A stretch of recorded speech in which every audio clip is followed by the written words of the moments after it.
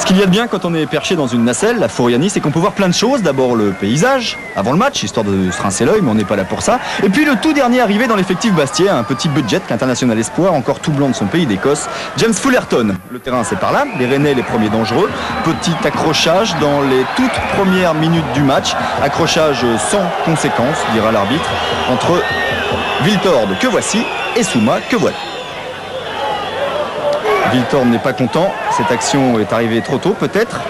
Et celle-là, centre de Viltord sur la droite, qui traverse toute la surface sans rencontrer le moindre soulier rennais, ni celui de Guivarch, ni celui de personne. Les deux premiers avertissements de ce match sont donc rennais. En face, chez les Bleus, les Bastia, il y a toujours Anto Drobniak pour faire le spectacle. Ça commence par un corner joué doucement.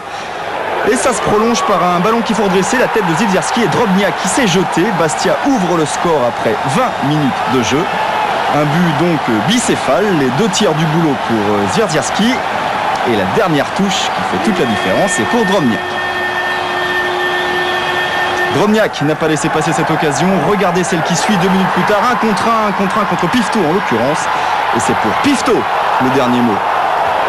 Bastia enchaîne ses actions sans vraiment percuter. Drobniak vient de rater la balle du chaos.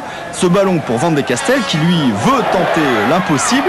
Une longue trajectoire flottante qui a dû quand même faire frémir Pandurovic.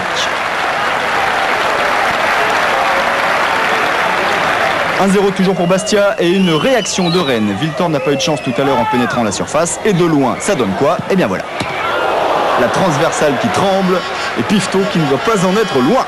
Ajouté côté Bastia cette tête de Santini qui vient frôler le poteau de Pandurovic et vous aurez fait le tour d'une première période un peu maigrichonne, pas très technique, mais vivement et rondement menée. La suite, la seconde période et cette accélération d'entrée des Bastiais.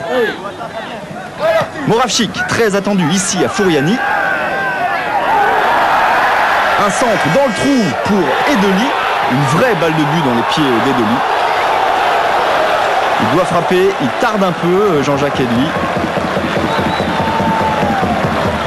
Tant pis, balle de but, raté. La suite, c'est aussi Drobniak qui touche, lui, son 3e ballon de but. Mais en face, il y a toujours Goran Pandurovic.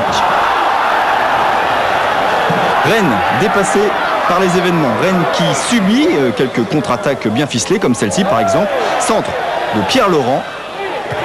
Et coup de boule de l'incontournable Drobniak, 2e but d'Anto Drobniak qui démarre fort cette saison.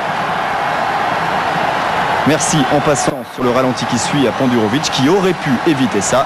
Première réaction pour finir d'un néo-Bastiais, Lubomir Moravchik. Ça s'est passé très bien parce qu'on a gagné d'entrée. Parce que ça m'est arrivé la première fois depuis quand je suis en France. Je suis très content. Ce soir, c'était important de sortir les tripes et se mettre minable et gagner le match pour arracher 3 points.